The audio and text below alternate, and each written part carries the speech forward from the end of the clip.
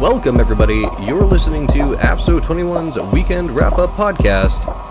Here is your host, Kevin Ferrara. Welcome, everyone, to another episode of the Weekend Wrap-Up. I'm your host, Kevin Ferrara, and today, folks, we are going to be talking to a company called Safespill. In fact, we're going to be talking to their CEO, founder, and CEO of the company. And you're probably going to be wondering, what the heck is Safespill? Well, Safespill has designed an amazing and unique product that eliminates the need for AFFF and or high expansion foam in aircraft hangars. Basically, all you need is a water sprinkler system, their unique patented flooring system, and you no longer have to be exposed to toxic PFAS laced firefighting foam.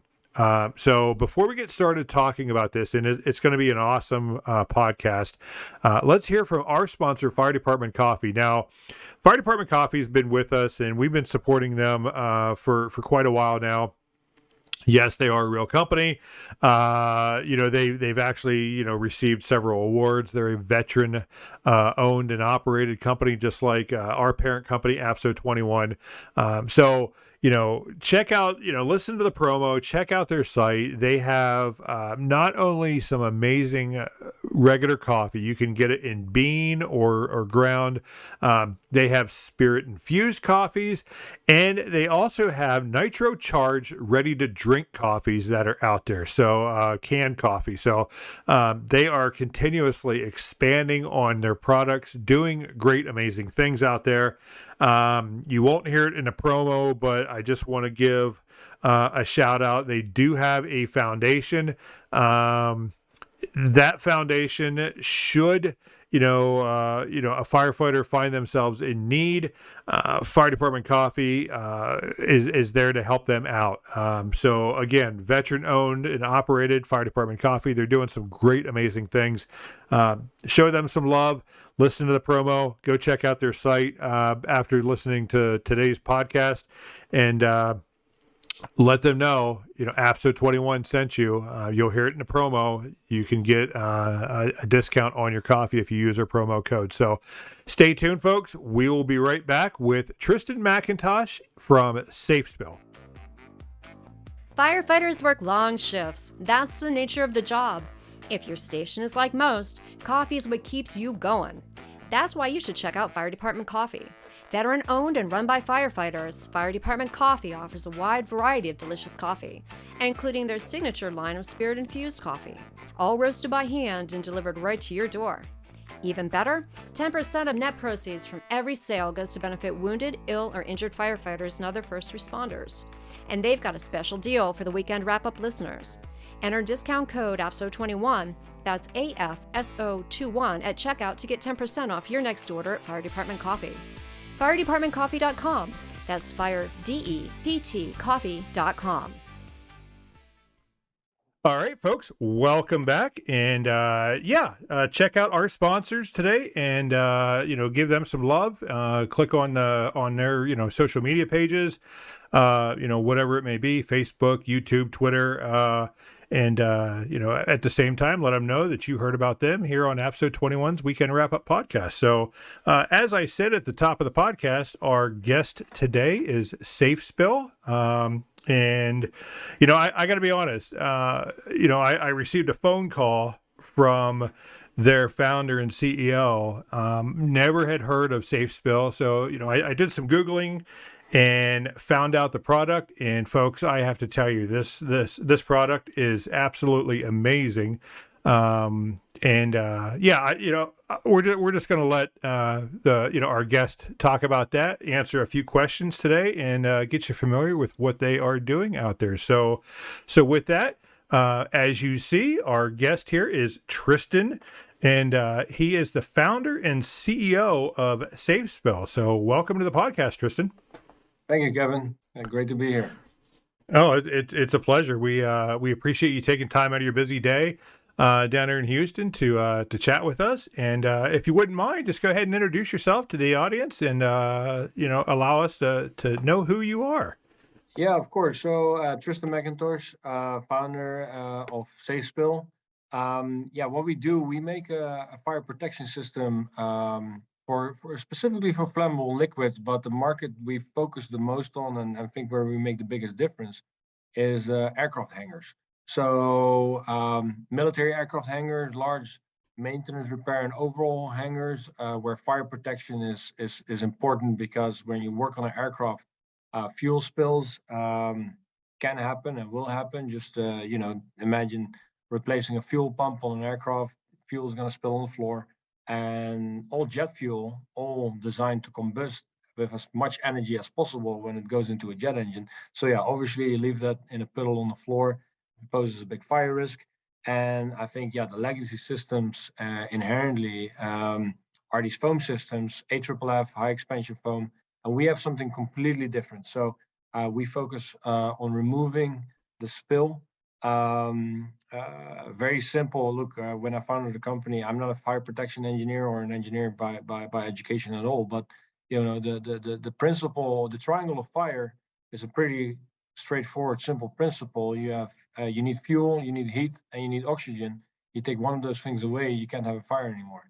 Well, given that the fire protection systems in aircraft hangars are designed to protect against fuel fires, and the fuel being jet fuel and being liquid, our system focuses 100% on removing that fuel. We don't care about removing oxygen. We don't care about cooling it down.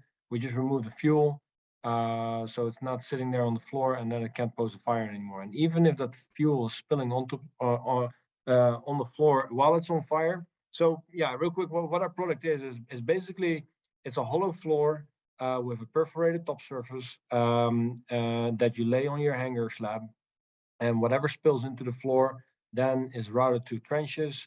Those trenches route to a low point where we have sensors that then kick on a pump and suck all that liquid out of this hanger into a containment tank. So yeah, you can go to our website, www.safespill.com, see a bunch of videos, see a lot more information on it.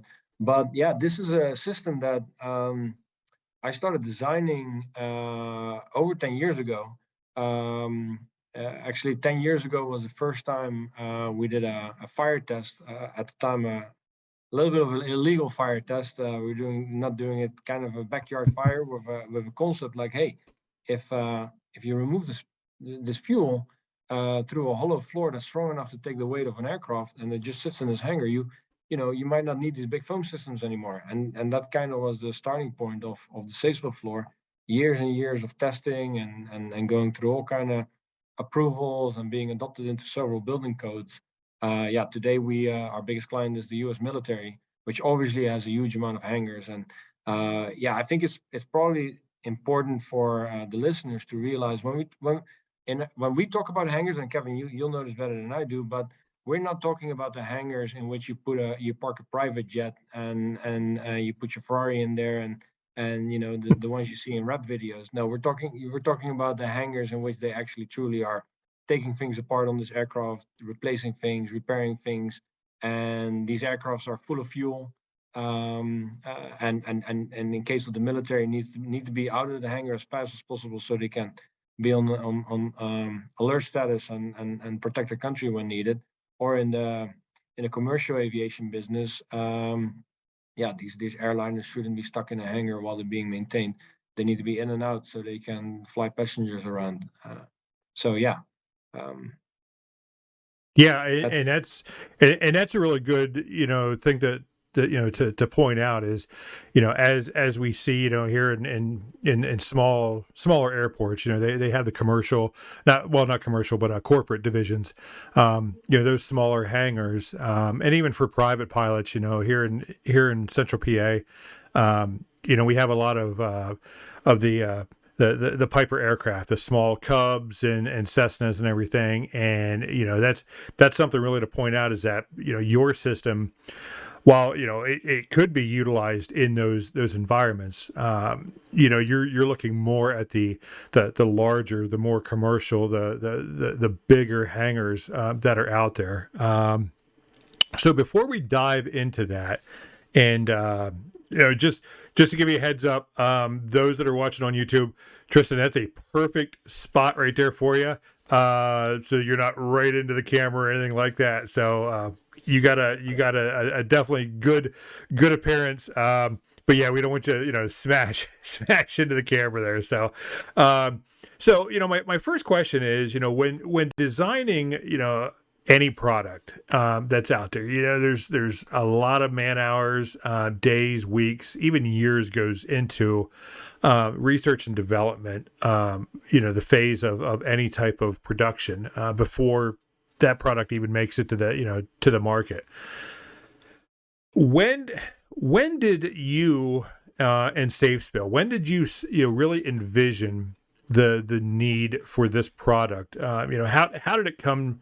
How did you get started in this? Because I can't imagine maybe it did. I don't know. Maybe it happened overnight. You had this vision and then said, hey, I've got to do this. So how long did it take for your product to get where it's at today? Well, great question. It has taken a really long time. So to go all the way to the beginning. So I'm originally from the Netherlands. I moved in 2010. I moved to Houston. At the time, I was working for an aluminum construction company based in the Netherlands. And one of the things that that company started getting really good at was helicopter platforms for oil rigs and drill ships, and a lot of fire protection on those.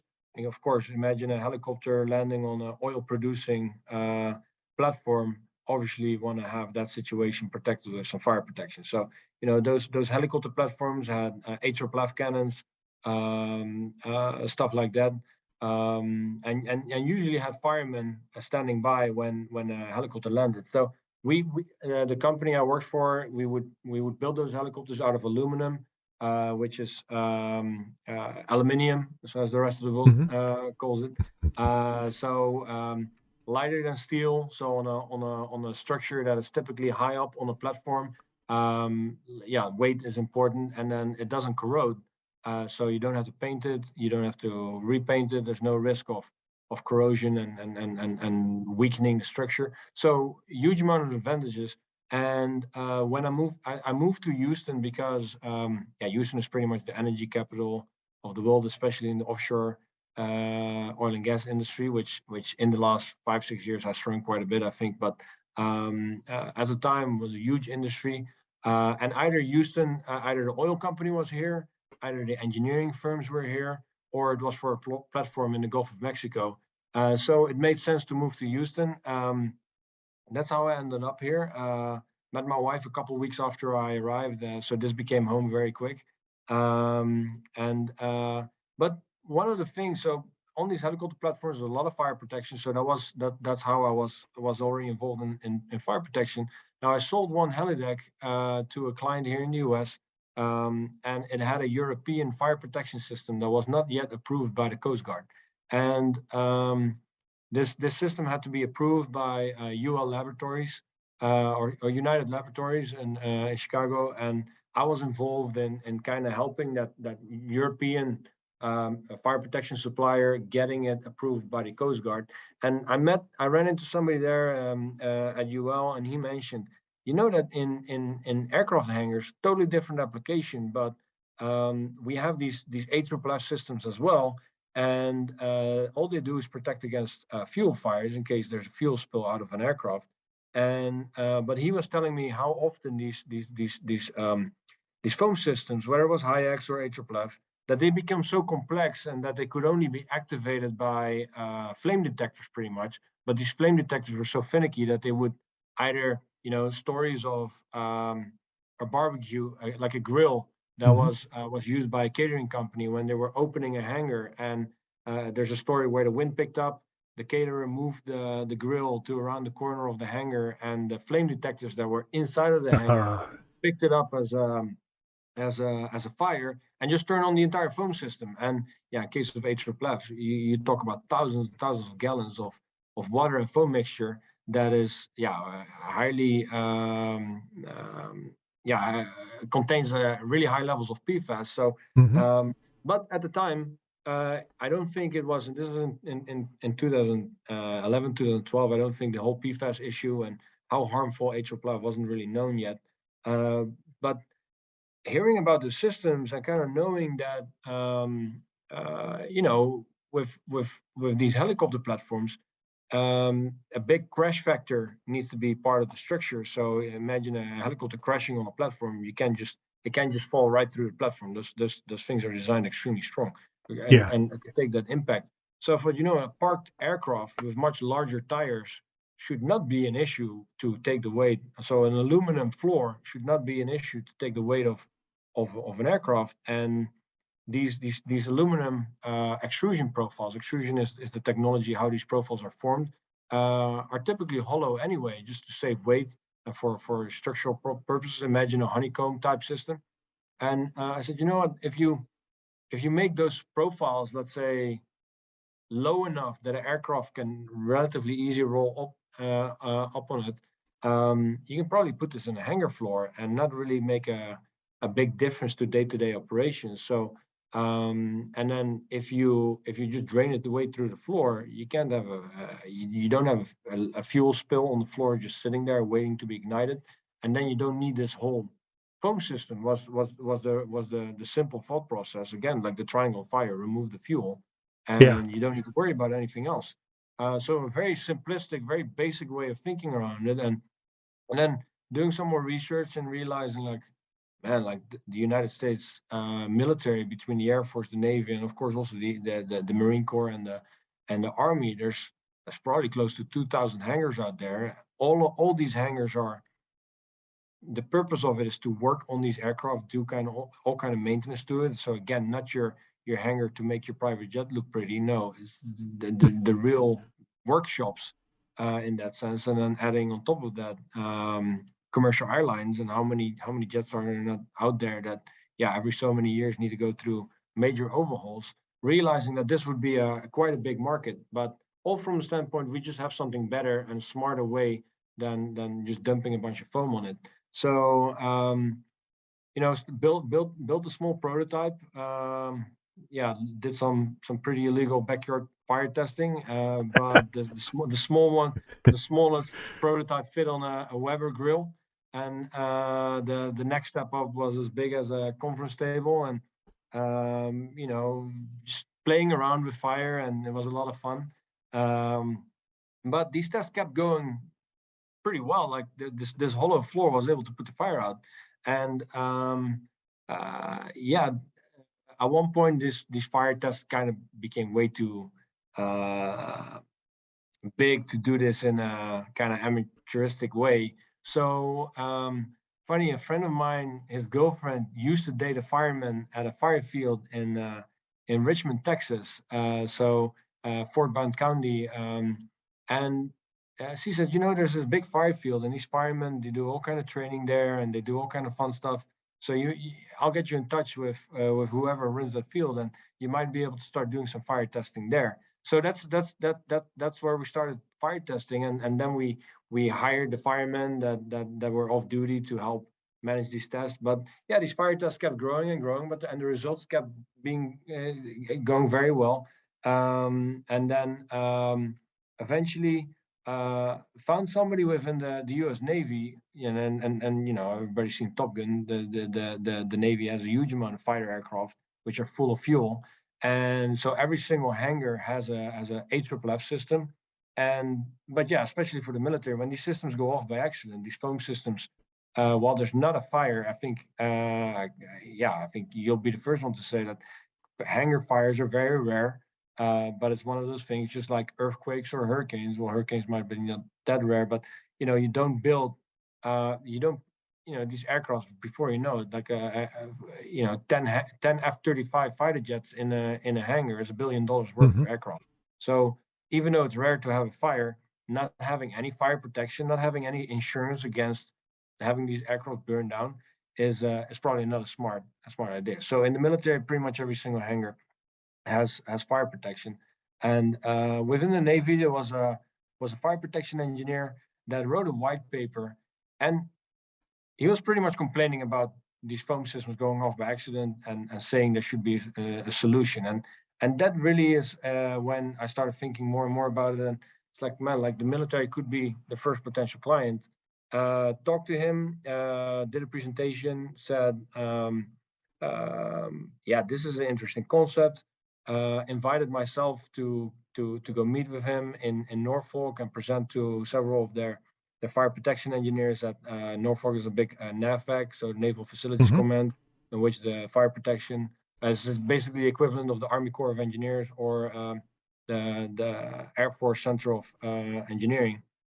And I think they thought it was all pretty interesting. This guy with this thick accent that is coming up with this floor that he thinks that will put in the hangar. But yeah, they kind of entertained it. But at one point, the fire protection engineer said, "You know what? You should meet with my boss. He's based in Washington at NAVFAC headquarters, and he might be interested in what you're working on." And so drove from Norfolk to DC. And at this point, I just had a concept, just a prototype, and this was back in early 2013. And the presentation I gave to his boss, this is Joseph Simoni. He's still with NAVFAC right now, and he I did a presentation in front of him. He invited also, so he was the head of global fire protection for all of the Navy, and he also invited to that meeting several engineers, fire protection engineers of the carrier group, so who were responsible for fire protection on aircraft carriers. Now, I think they were just sitting around the corner and maybe had time to sit in on this presentation, but to me it seemed like a really big deal.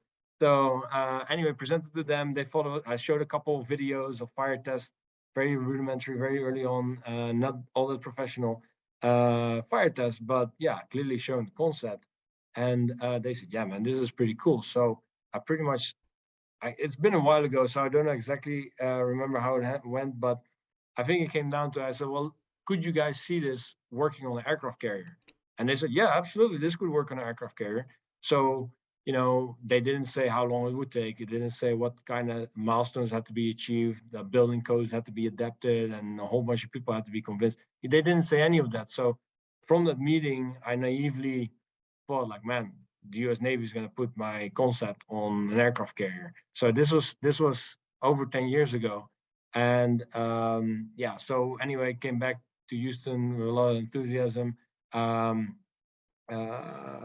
Really good friend of mine who is now with the company, Sam Bowen, helped me. Native Houstonian, had a good sized network of people that we were able to convince some of them to put some money into Safespill. So I had enough money to build this prototype further into a product, and that's kind of how it all started. That's that's awesome. So that's that Cinderella story that goes from a concept. We've heard so many times a concept on a napkin. You just a napkin or a Post-it note, and then, like you said, you go from a small prototype to something bigger to what you have today. I mean, that's just congratulations on taking that vision and designing something that to scale, for whether it be an aircraft carrier, an aircraft, hangar, that's just truly amazing. And to have, that network, especially, with firefighters, those resources right there, sort of in your backyard there in Houston that you could turn to. I mean, not a lot of companies, not a lot of entrepreneurs, have that ability. So I think the planets and the stars aligned, and everybody just worked together, and bam, you've got an amazing product out there. So one thing you talked about, and something that's sort of at the forefront, especially in fire service, is PFAS. We talk about these hangars, these aircraft hangars. They're either using AFFF, Aqueous Film Forming Foam, or they're using high expansion foam, HEF. Both of these type of firefighting foams, they've been around for decades. They contain toxic chemicals like PFAS, 1,4-dioxane, other stuff that's, it's either a carcinogen or it's going to, do something to your, something else to your body. This product, basically, from what I've seen, what after looking at your company, it's an alternative. It pretty much eliminates that need for firefighting foam. Is that correct?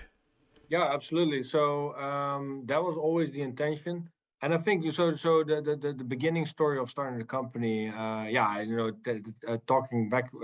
talking about it 10 years ago, yeah, like it was a lot of fun. But the one thing, so after I presented to the military and kind of got some funding initially, the interest of the military actually dried up. It's not that they weren't interested in it anymore. They said, and this came directly from NAFAC and also the engineers at the Air Force. They said, look, your system is so different. There's not a chemical component. There's not. It's a complete different way of thinking. It's you prevent the fire by removing the fuel. It's so different than what we've been doing for the last 50 years. And they said, yeah, we're just not sure. As much as we as the fire protection engineers would love this, I just don't know. We don't know if we can get this really pushed through the bureaucratic system of the government or of the because it requires a code change. It requires the UFC, the United Facilities code, and the NFPA 409 code would have to be adopted for them to use it. So after the interest of the Navy, we started developing the product, and I'll come back to the PFAS part really quick, but I think this is very important. Is that it took us pretty much 10 years to get to where we are today, and now we are installed in multiple military hangars, and we're actively protecting fighter jets and transport aircraft, which is quite a few pictures on our website. We actually have 2 floors installed at Navy Air Weapon Station China Lake. So for everybody that's seen Top Gun, so that the supersonic, hypersonic aircraft that he basically blows up at the beginning of the movie, and when he flies over that shed that then kind of flies over, that's at China Lake. So at that base we have 2 floors installed, and they're maintaining F-18 fighter jets every day. So I'm very happy with the system. Once we realize, okay, we need to make this Safespill concept into a real product, in the startup industry and maybe people that maybe see Shark Tank or read some books or hear about Silicon Valley, there's this concept of minimal viable product. You build the most basic version of the product you want to bring to market. You start selling it as soon as possible, and you'll fix these bugs or the issues or the user feedback to improve it. You do that along the way. But in the meantime, you get valuable user feedback and you start making revenue that can start paying your bills. That's kind of the ideal startup approach to product development. And big companies even do it. When Microsoft and Apple come out with new software, there's all kind of bugs after a couple of weeks that they update then. Now, fire protection, you can't say to a client, hey, this system is a new system. It will work 80% of the time or 90% of the time, and the last 10% we'll kind of figure out as we go. Nobody will buy a fire extinguisher where the manufacturer will say, well, you know what, it works most of the time, but we're still tweaking a couple things out here and there. You don't have that option with a life safety product. Now, make that, put a factor on top of that of like, okay, military aircraft that are first of all already extremely expensive just from taxpayer money, right? F-35, $100 million, the B-2 bomber, $2 billion, and then anything in between, F-22. So any aircraft in the military is pretty much very expensive. Now, on top of the expense, they're also there to protect their country, right? To be ready for a mission, to fly out at a moment's notice. So they're strategic assets. So beyond that, they're very expensive. They're actually needed for strategic purposes. So the fact of selling a system that works 80 or 90% of the time would never been a success, and the military would never buy that. So our development process of getting this from a prototype into a product that's reliable, durable, and works 100% of the time in not only normal conditions, but in the desert, in Arctic environments, in wind, whatever the circumstances, there's a whole range of that the system needs to perform well in. So that took a really long time, and then convincing the building codes to adopt you. So we went the route of getting an FM approval, pretty much the gold standard in the fire protection industry. When you have an FM approval, that's pretty much the highest product recognition you can have. So that took a really long time. Now, we kind of finished that whole process in 2017, 2018, when we got our first approval. We weren't in the NFPA 409 yet, but the military in 2009, up until 2019, they said, you're just too different. It's a great product. It's better than anything out there. We just don't see this we don't have the connections within the DoD to push this through and get a code change that this will require.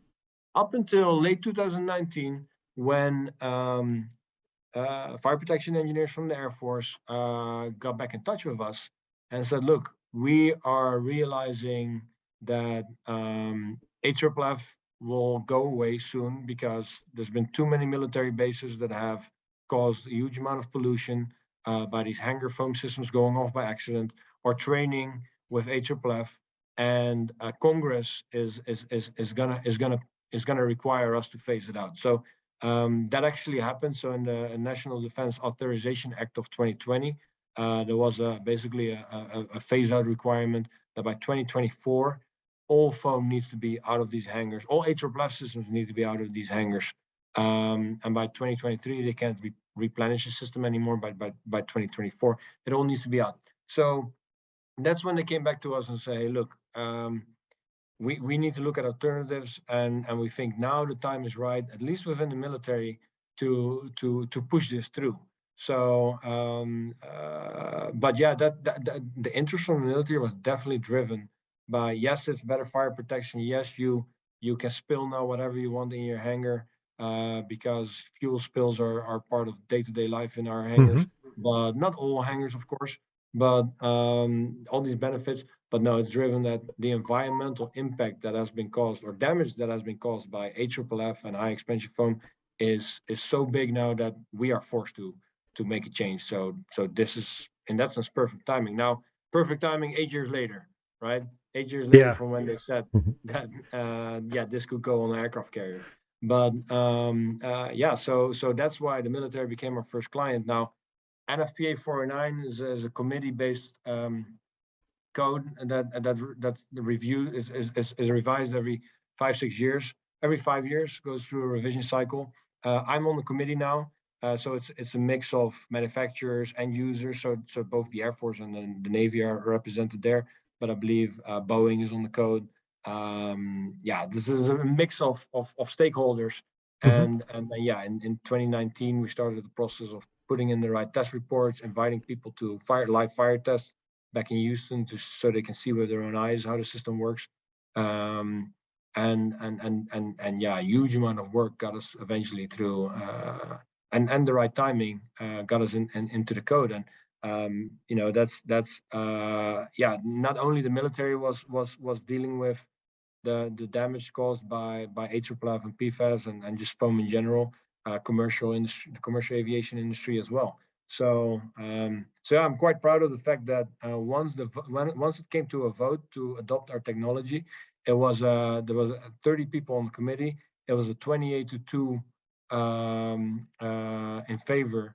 And guess who the two people that voted against the two? Yeah. I can only imagine. Yeah. Yes. So obviously these were AFFF foam manufacturers. So there was a lot of excitement in adopting this technology, and it took that long to mature the technology and show enough test data. Because look, you show a great fire test. Okay, well, what happens if it's in a desert environment and sand blows into the floor? What happens if we dump a bunch of hydraulic fluid? So not really jet fuel, but something that's much more viscous.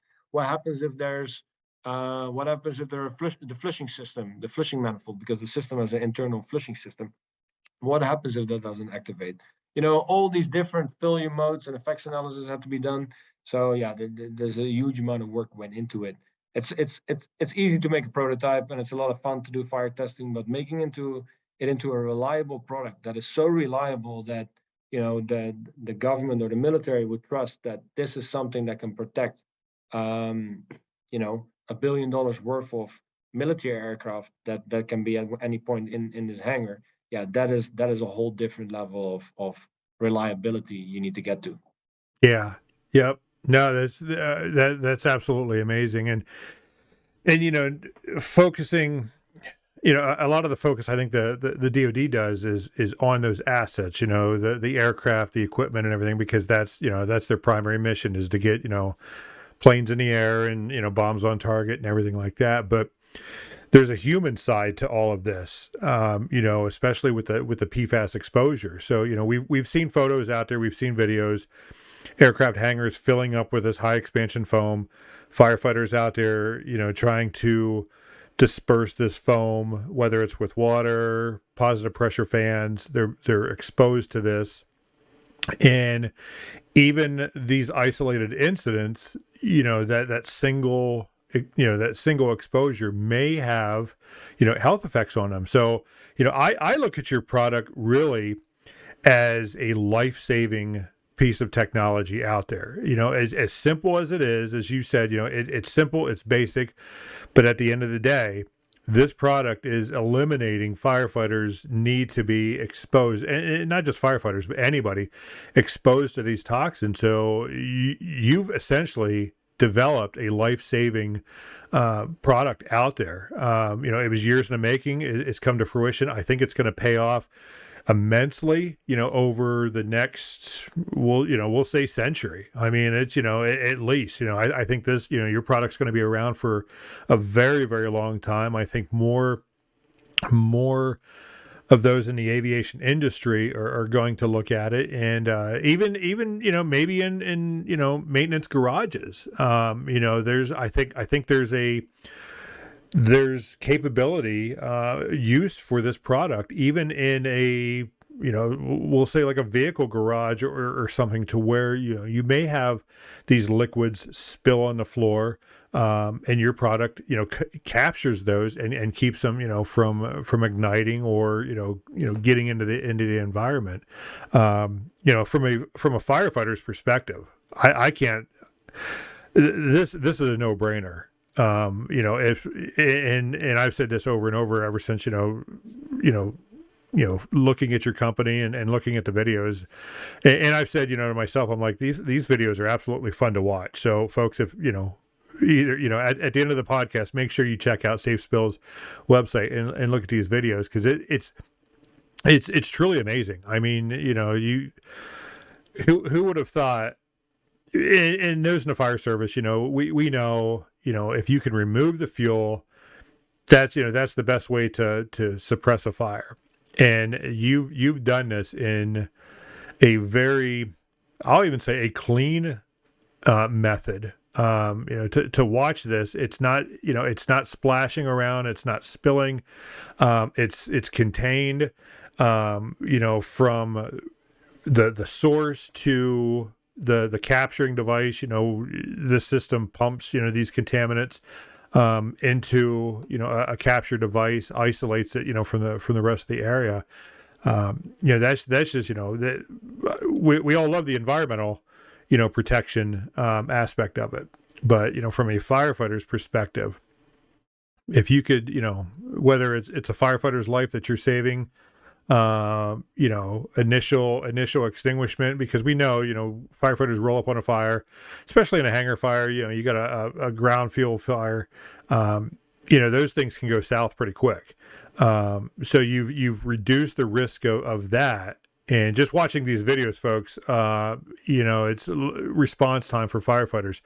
By the time that hangar activates, by the time the firefighters don their protective gear, get on the trucks, respond to the hangar could be at the other end of the airfield. Just watching these videos, folks, that fire's essentially out before the firefighters show up. So there's really nothing for them to do other than shut off the sprinkler system, and look for, extension exposures in there. But just knowing, having that peace of mind, say, hey, we no longer have to wade through, 12, 15, 20 feet of high expansion foam. We no longer have to worry about all of this cleanup, through AFFF, that's going to get on our gear, on our skin. We no longer have to worry about these exposures, and worry, are we going to get cancer because of that exposure? So it's just absolutely amazing. I mean, hats off to you and the entire team down there, because I've said before, and people hear this term all the time. Heroes don't. Not all heroes wear capes. You may have a cape on. Who knows right now, but from a looking at it, as a firefighter, I mean, you're one of my heroes, and I think my audience members, are going to agree to that. Is that you've come in here, made a product that is life saving. Again, whether it's for firefighters or civilians out there who's ever working in this hangar, and that gives them, a peace of mind, because.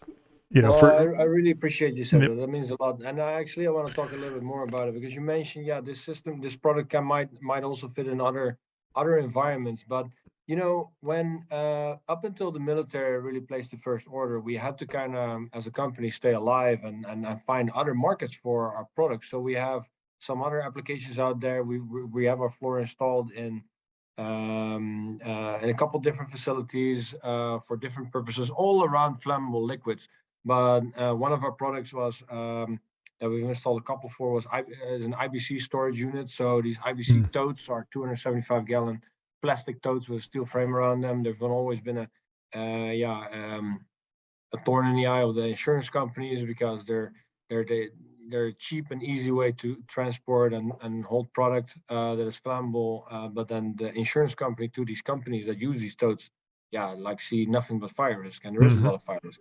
But from when the idea of the product was always for aircraft hangars. Now, because the military took so long for us to, and not only the military took so long, yes, but it also took a long time for us to get the product mature enough to meet the reliability requirements of the military. So it's not quite fair to say the military took so long, even though they do take a long time.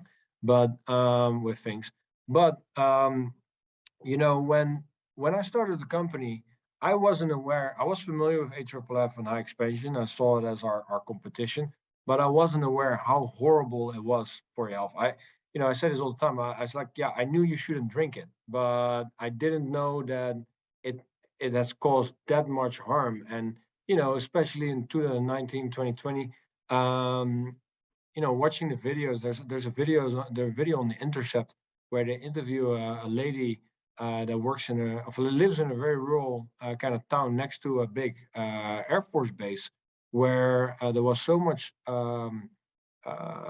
pollution, but initially they didn't know about, like, PFAS contamination. And she tells a story about their son that was 6 years old, diagnosed with a brain tumor, and went to the doctor and said, like, this is very rare, very weird. And they kind of looked at it as like, there's just kind of a fluke. This is very weird. There's an extreme low chance that kids that young, healthy kids develop brain tumors, up until the point that a kid down the street also developed a brain tumor. And that's when they realized, hey, there's something going on here, and eventually came down to the PFAS contamination in the soil, that the water treatment facility was drinking and drawing water from for drinking water. So for me personally, when we're already at this point, 6-7 years into building this company, thinking we just have a better fire protection system. But at that point, realizing that, man, our Safespill floor can really has the opportunity to push this foam out of the industry and serve, still do the same thing, protect aircrafts against fire, and plus improving day-to-day lives, in terms of these guys can pretty much spill fuel now, and not have to worry about this can turn into a fire, right? There's a much more relaxed way of going about, or a much less anxious way of going about dealing with fuel, knowing that there's a system that you're walking on that will take care of it. So I think there's a huge day-to-day improvement from that. But realizing that we have an opportunity to really push this foam, this cancer-causing foam out of the industry, became kind of, we reset our mission for our company. And knowing that the aircraft hangar industry utilizes this foam the most. Look, I know crash trucks also need foam, and to put a Safespill floor on a runway is just a dumb idea. That's just not realistic, right? Because so you still need firefighting foam to put out a fire when aircraft crashes on the runway. So I'm not going to say it has no place anywhere in the industry. And I think the efforts to make this foam more environmentally safe should absolutely continue. But for that specific purpose, I think in an aircraft hangar, that it just doesn't belong there anymore. And yeah, like I think just hearing you say that you think this is a life-saving product because it prevents cancer in all these first responders that now, because these foam accidents, these mishaps, these systems going off by accident, it happens all the time. In Ohio, in Wilmington, Ohio, MRO hangar, where the system went off by accident. There's no fire at all, and somebody died. The contractor got trapped in the hangar and he died, and which is terrible. But I think the most infuriating thing about this is that the first responders, the firemen that went in there, got electrocuted because the foam was charged. I believe that what happened. I don't know the exact details of what happened, but the fact that this is happening while there's not even a fire, so you can't even justify it to like this is kind of the cost of protecting against a fire that if there's no fire protection system go completely out of control. No, these are accidental discharges, what they call it, of mishaps. Well, I don't think that's a mishap anymore. So Safespill is definitely focused on preventing that from happening and protecting first responders, protecting firemen, but also the aircraft mechanics that work in these hangars every day. And the idea of like the hangars we visit with in the military is like, these guys they can pretty much spill whatever they want and don't have to freak out about it or shut down operations to clean it all up. So that of course Safespill, we have a base of investors that have been extremely supportive to the company and helped us to get where we are today. Safespill is a for-profit company, but I think the mission of our company to become the new standard in environmentally safe, to transition to environmentally safe fire protection. I think that is something that is a huge motivation to me and to the rest of the team here, which I'm very proud of because it's not been easy to get to this point. A huge amount of hard work went into it. So no, I really appreciate you saying those kind of words, and that means a lot. And I think if you build a company just to make profit or just to come up with a better mousetrap, that's nowhere near as fun as, or nowhere near as fun is not the right word, nowhere near as satisfying as knowing that we are changing lives, we are improving day-to-day operations, and by every hangar we install our system is one less foam system that can either harm first responders, can harm the people working in these aircraft hangars, and harm the environment. So this is definitely an important part of what we do. Absolutely.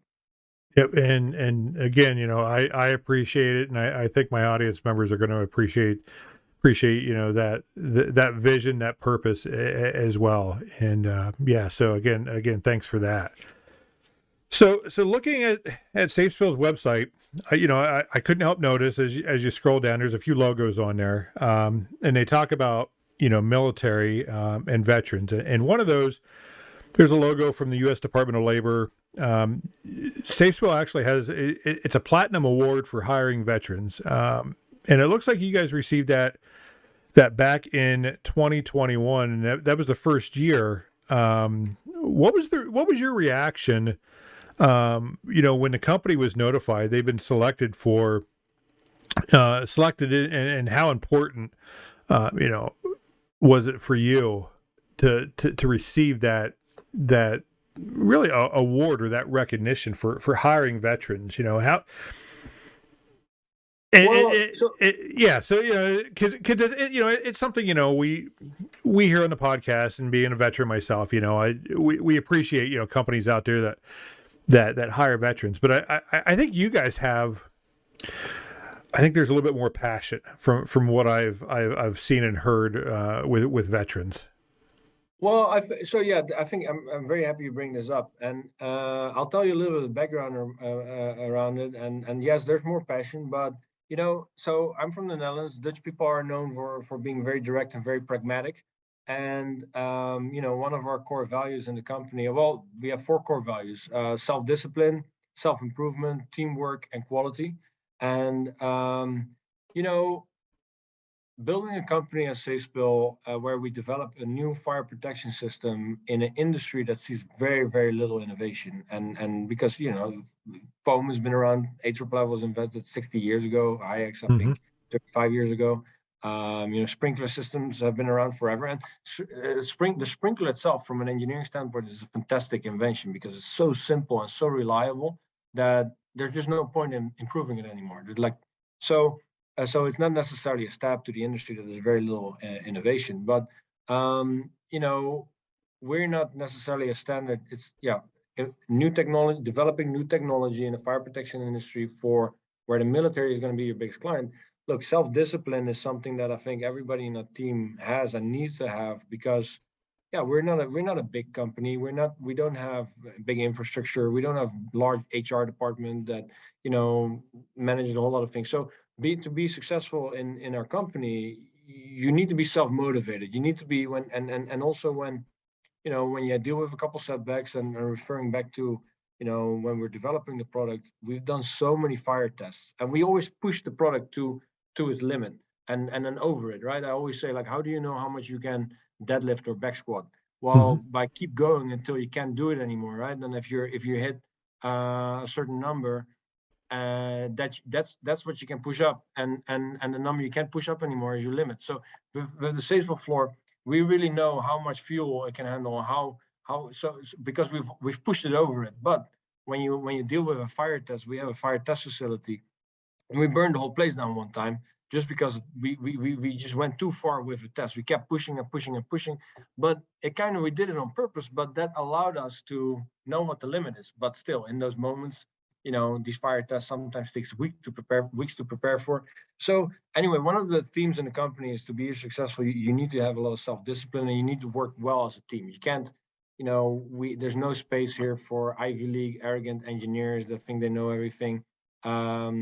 So surprisingly, and yes, there's a huge amount of respect for me personally to the military. I think it's also badass that we're having a product that you have fighter aircraft and stuff like that in. But my grandfather was in the Navy, so there is some already respect there.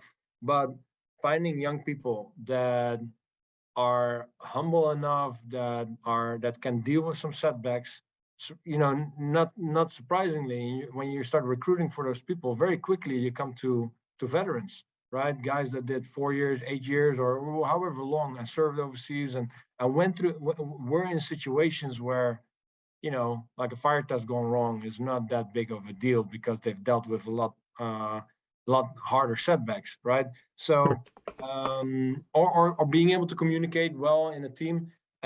So we started hiring veterans almost out of it just makes sense. Like these guys don't complain that much. These men and women don't complain that much. There's not this, this entitlement issue is much less present. They work much better together. Working overtime is not something that is frowned upon, right? You do whatever it takes. So and I think there's also, because our client is the military, and will remain one of our biggest clients for hopefully a very, very long time.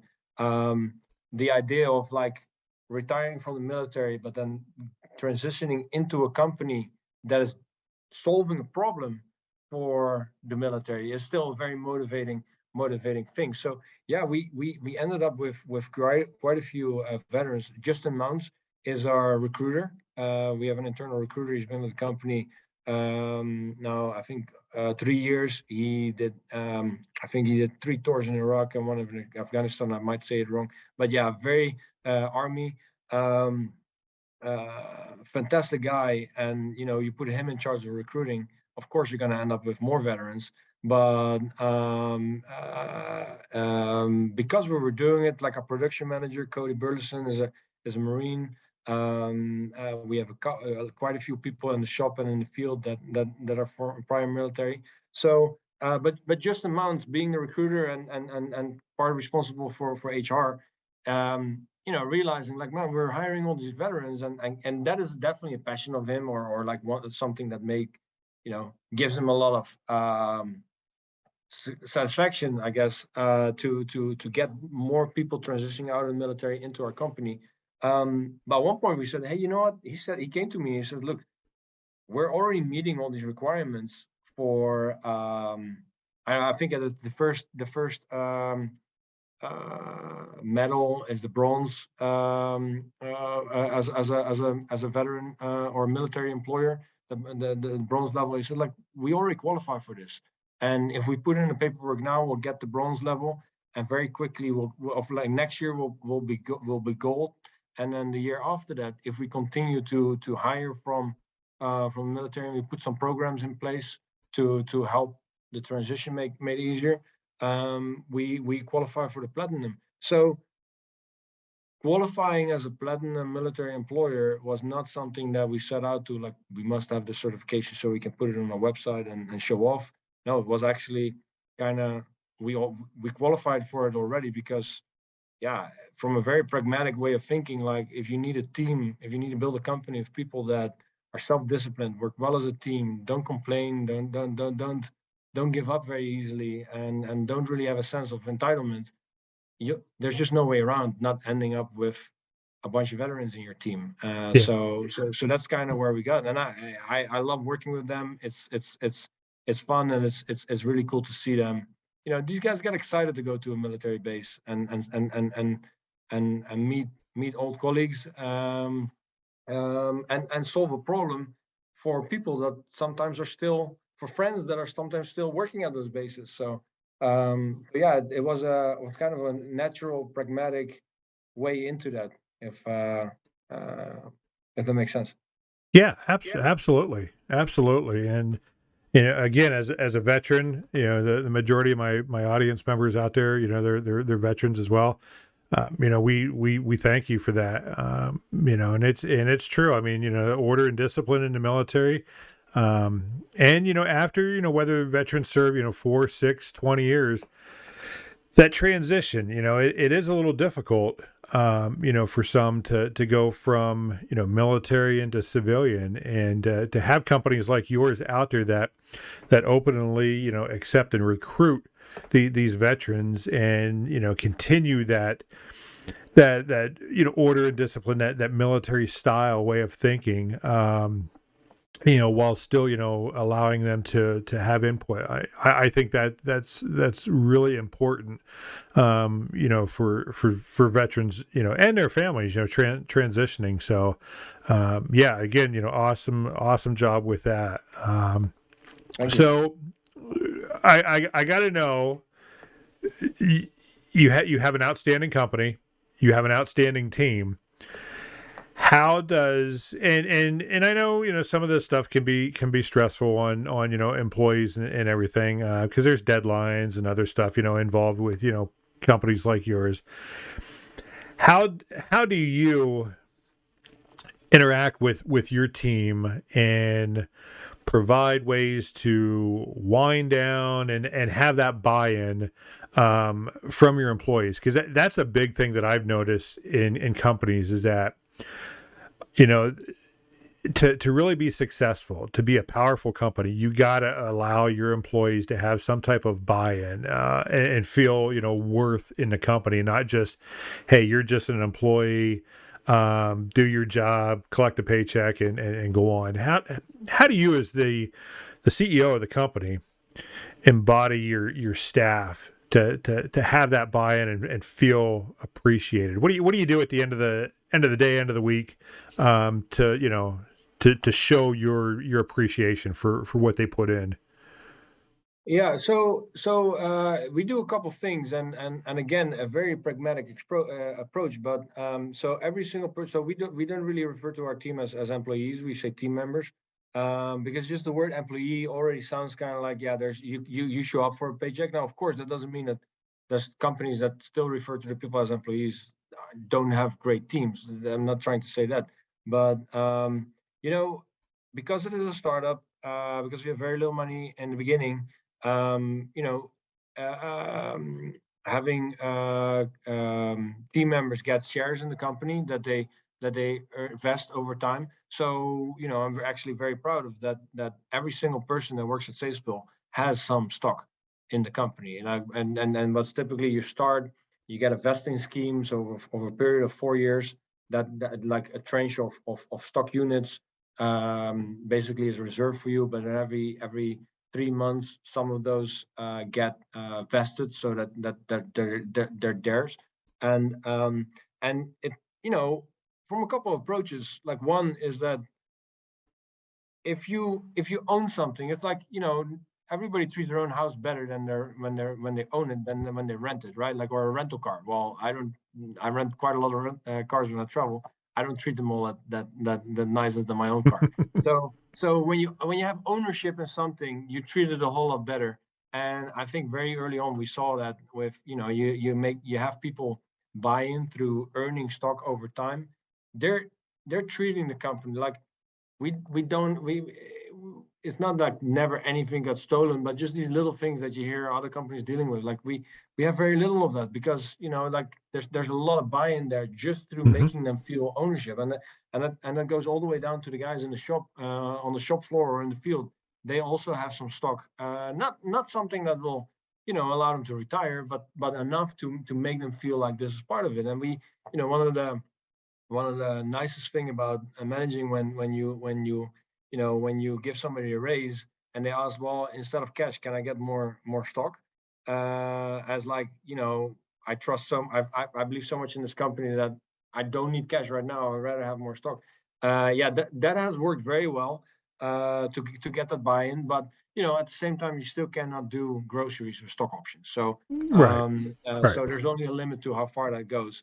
But I think one of the things to kind of get buy-in is that I think fire protection is quite serious, right? If you think about like it's life-saving, it's protecting very expensive assets. The military can be very daunting as a client. So quality is extremely important in our product, and that's why it's a core value. But having such a serious product, we try to kind of counter that with kind of a fun and light culture. So as company culture. So we frequently do happy hours. What we do now is that every 2 weeks we have a Q&B, is what we call it. So questions and beers. And that's where the sales guys do a presentation of all the clients they're talking to. The project team that just came back from an installation will give an update and show some funny pictures of things that happen, and share new team members need to do 2 truths and a lie for us to get to know them a little bit better. And so we try to do these kind of like light silly things and really get people involved, and then on a Friday afternoon during this Q&B, questions and beers, like everybody can ask all kind of questions. What I always say, like you can ask about the strategy of the company for the next 5 years, or can we get better quality toilet paper, or like it doesn't matter what, but just making people feel like they're allowed to ask questions. And so that's one of the things that I think works very well to get that engagement. Look, for example, like look, Halloween is coming up, so there's skeletons hanging all over the place in a warehouse and when you enter the office. So silly things like that to make this place not to make it all that serious, and not.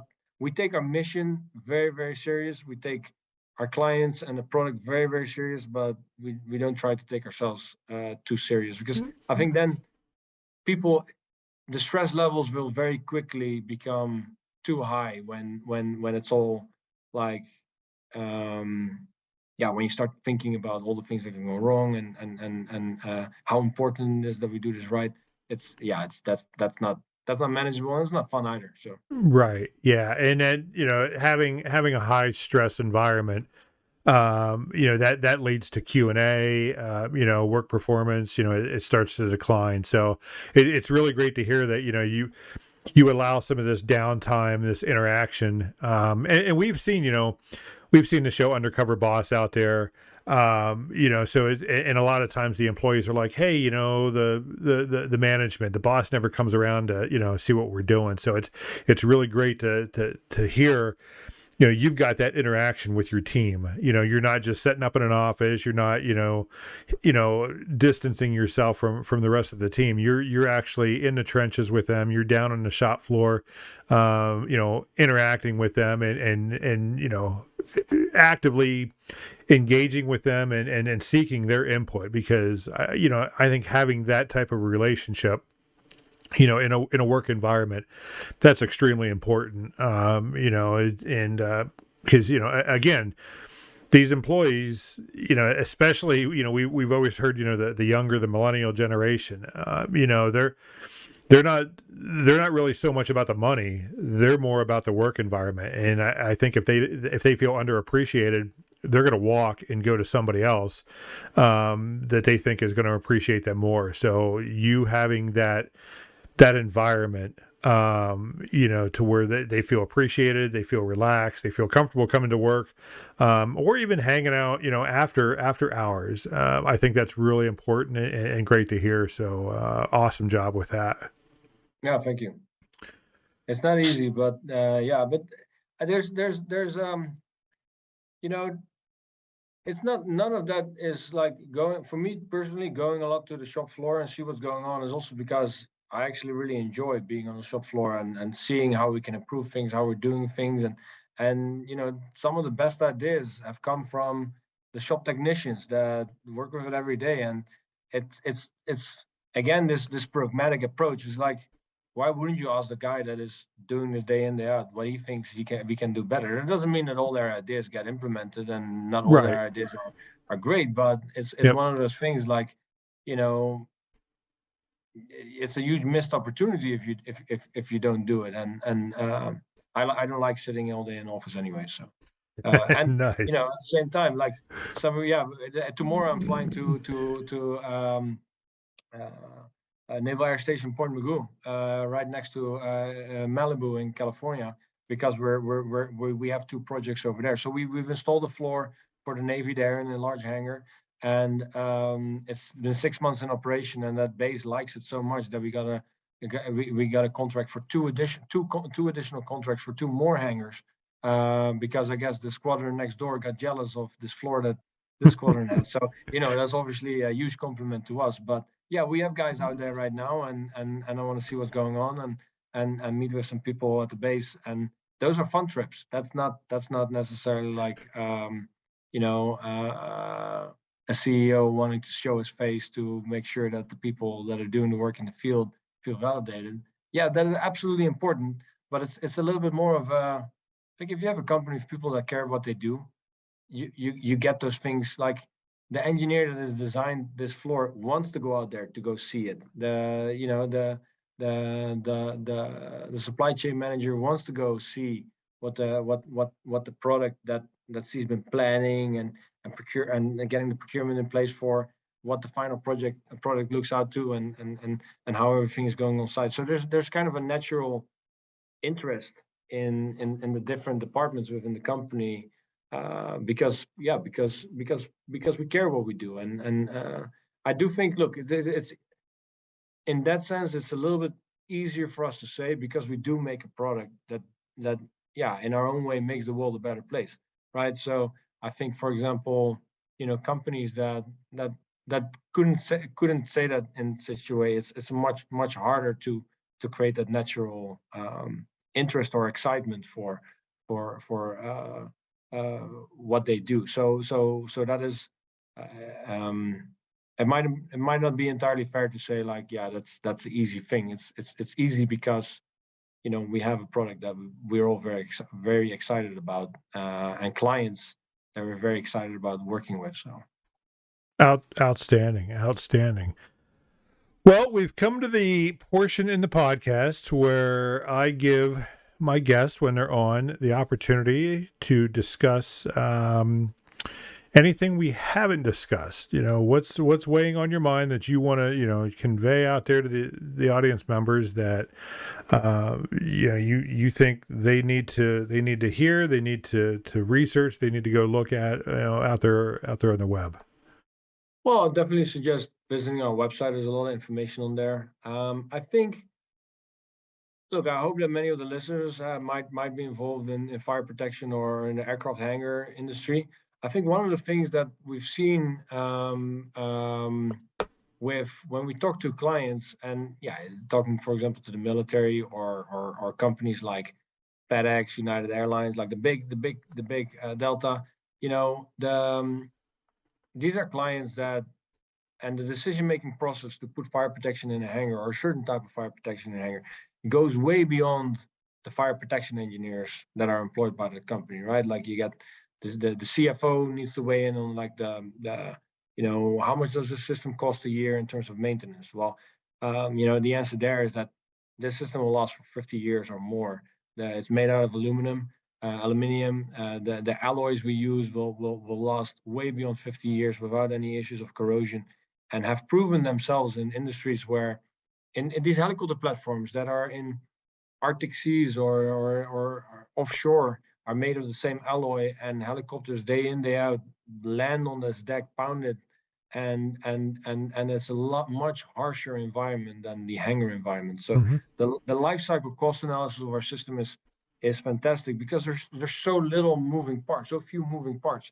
So I think what I think is what we are realizing now, and what we're often saying to, or I've heard myself say now to our sales guys and to our clients, that a fire protection engineer would find out about a system, gets super excited about it, and tries to push it through internally, whether it is an airline, whether it is a military base with a bunch of hangars, that this is the best fire protection out there.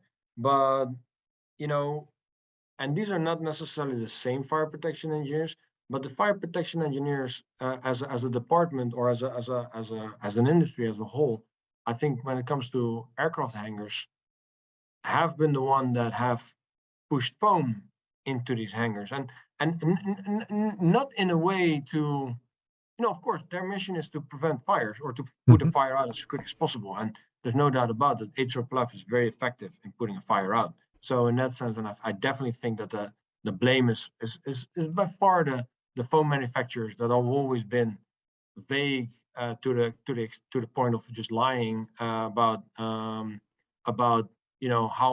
hazardous is this to the environment, and that's why there are all kind of lawsuits going on. So I don't think fire protection engineers should necessarily blame themselves for introducing foams into these hangars, but it has caused the environmental engineers a huge amount of headache. The cost of accidental discharges in terms of business interruption. So all these different stakeholders have been affected by the problems over the years with foam. So for the fire protection engineer to go internally, like, look, I found the best foam fire protection system out there is ILDFA or Safespill. It's kind of like, yeah, but didn't you guys introduce foam to us 20 years ago or 30 years ago, and look where we are now? So my point is that I think when people talk about ILDFA, which is the generic name for Safespill, so it stands for Ignitable Liquid Drainage Floor Assembly, and that's the generic name in which we are mentioned in the building codes. That yes, it's fantastic fire protection, but I think to convince people, the stakeholders internally, is like, hey, look, you don't have any risk of accidental discharges. So from an environmental liability standpoint, you have a huge advantage. Even from just spilling whatever happens in a hangar, it will end up into a containment tank. So that environmental liability is not there anymore. And when you start changing the conversation to, hey, we're not talking just about fire protection, there's all these added benefits to it.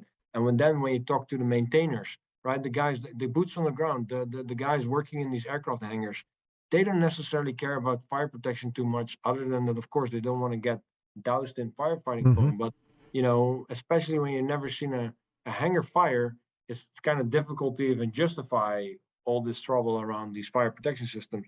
So, but if then you start saying, hey, look, this system allows you to you won't have to clean up any spills anymore. You won't have to, shut down work in case there's a spill. You don't have this anxiousness, what I mentioned in the beginning, around spilling something in your hanger is gone because the floor will clean it pretty much up itself. So now, instead of trying to shove a new fire protection system down people's throat that don't even care about fire protection, you say, hey, this is a win-win for environmental. This is a win-win for your daily hangar operations. This is a win-win for the CFO that cares about, what are the OPEX, what are the annual maintenance costs of the system? When do I need to replace the system? So how long do I have to, over what period of time do I amortize it or depreciate it? Yeah, that is much longer. So I think, like when it comes to considering ILDFA and switching away from foam, the argument shouldn't be just it's a better fire protection system. There's much more to it that goes way beyond just fire protection that these legacy systems can't offer. And I think that's where when you get all the different stakeholders excited about what's important to them, that's when we get really the winning formula. And with the military and with several commercial aviation airlines, it's going in that direction. So I think that is important to, it's people don't always realize that, like, guys, there's not that many hangar fires. So making a really big deal about fire protection, and especially considering there's been so many problems with this foam and has caused so much damage that you need to look at just beyond that, because there's some fatigue or there's some reputational damage, I think, to the industry when you just talk about fire protection, if that makes sense. Yeah, no, absolutely, and I think that's stuff that's often overlooked is, it's okay. Yeah, you developed, an alternative to firefighting foam, but like you mentioned, there's maintenance costs with these systems. Whether it's, the system itself or the agent. It's when these things dump. They're not dumping just a few gallons. They're dumping thousands of gallons, and then there's a cost to replenish all of that. And then there's the environmental cleanup. The hazardous waste cleanup that's involved in. It's just a multitude of things. And you start looking at the number of hangars out there, especially in we'll just say in the military. I mean, that maintenance cost can be in the millions, and then once you expand into the civilian sector, now it could be in the billions, so it's so that's aside from environmental and life safety, I mean, again, it's a no-brainer, because your product essentially is non-toxic in the sense that it contains no toxic chemicals involved in this. Toxic in a sense that, if somebody's chewing on the on the aluminum or whatever, I don't think anybody would do that. But and like you said, no moving parts. That's those that that are interested in manufacturing. That's if you could produce a product that has minimal moving parts and is highly effective, my gosh, you've got a winning product. And I think you guys have done wonders with Safespill. It's absolutely amazing. Like I said, not having any knowledge of the company and what the product was, and in the short time that I watched the videos and talk to you, it's absolutely amazing. I'm a fan, and a fan, a follower, a supporter of this. So audience members out there, please show Tristan and Safespill some love. Go check out their website, and we'll have links in the podcast as well on that. So it's easy to follow. So thank you, Kevin. I really appreciate you saying that. And look, we're continuously doing fire test demonstrations at our fire field, and the next time we'll do one, we'll do a live fire on our floor, on the test floor, and we'll get you out there and you can see it with your own eyes. And I think that's when you really see the simplicity of it. And I do want to say, look, it's easy to make something complex. It's very complex to make something simple. So it says, that's a long time. to get it to this point. But yeah, it's been a great journey and definitely worth it. And especially hearing from you, that you believe it's a life-saving product and helping those firemen, preventing all these horrible, health issues, especially cancer. It's very motivating, and hearing that from you is great. Awesome. Well, I appreciate it. And, it's like I said, I've got your, 100% support. It's rare.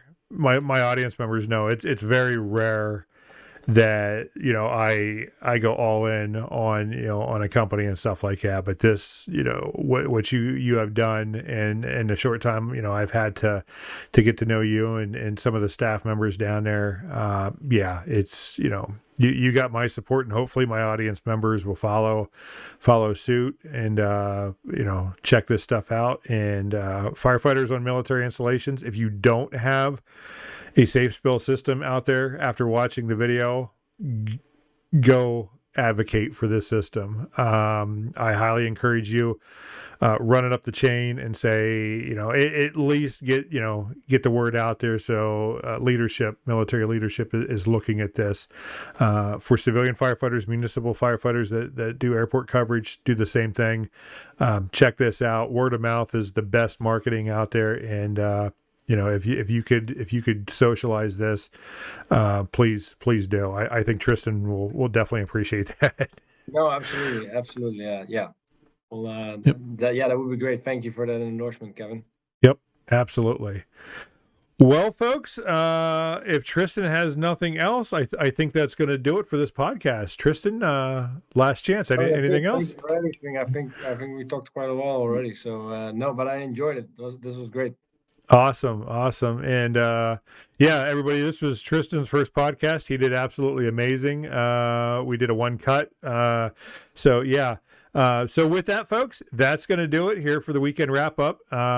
You've been listening to Tristan Mackintosh from Safespill. Please, again, we're going to have links out there to the website. Check out the videos on that.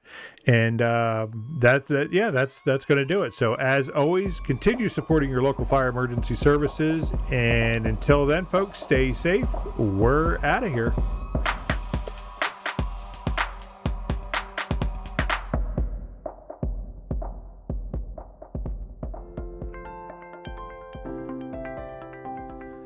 Veteran-owned and operated AFFF 21 Agile Fire Service Organization for the 21st century applies their extensive background in fire protection and emergency services to deliver support with identifying, developing, implementing, and maintaining strategies and techniques essential to operate and sustain an emergency response organization. AFFF 21 services include staffing analysis, risk assessment, standards of cover, training, management, and financial reviews.